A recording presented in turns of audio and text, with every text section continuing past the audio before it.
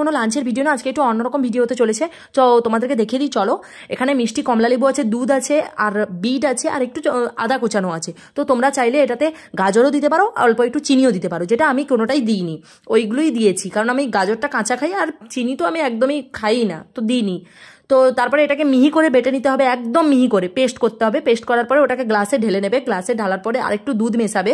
কেউ যদি ঠান্ডা খেতে চাও তাহলে 2-4টা বরফ মিশিয়ে দিতে পারো। তো আমার ওটা একদমই পুরোপুরি রেডি হয়ে গেছে। রেডি হওয়ার পরে তো আমি ওটা খাবো, খুব সুন্দর লেগেছে আমার। তো আমি তো সবসময় খাই, আমার খুব ভালো লাগে। তো আমি ওকে খাইয়ে টেস্ট করাবো, কারণ ও এইসব জিনিস খায় না। তো আমি ওকে খাইয়ে টেস্ট করে, বাচ্চা থেকে বড় সবাই খেতে পারবে কিন্তু। আর যারা ডায়েট করছো তারা এটা ব্রেকফাস্টে রাখতেই পারো, আর তোমাদেরকে কিছু খেতে হবে না, এটা অটোমেটিক পেট ভার হয়ে যায়। তারপরে এটা কি বলো তো, এটা খেলে তোমাদের ভেতর থেকে গ্লো করবে, মানে ওই স্কিন টিন গ্লো করবে, খুব সুন্দর হবে, স্কিন উজ্জ্বল হবে। তারপর ওই ব্রণর দাগ মেছে তা এইসব জিনিস দূর হবে। তো ওকে খাইয়ে যখন টেস্ট করালাম, ও খুব বললো যে খুব ভালো হয়েছে, এরকম টেস্ট হবে আমি ভাবতেও পারিনি, খুব সুন্দর হয়েছে। এটা দেখবে যারা খেতে চায় না বিট গাজর বা কোনো কিছু, পুটে একদম খেয়ে নেবে সবাই।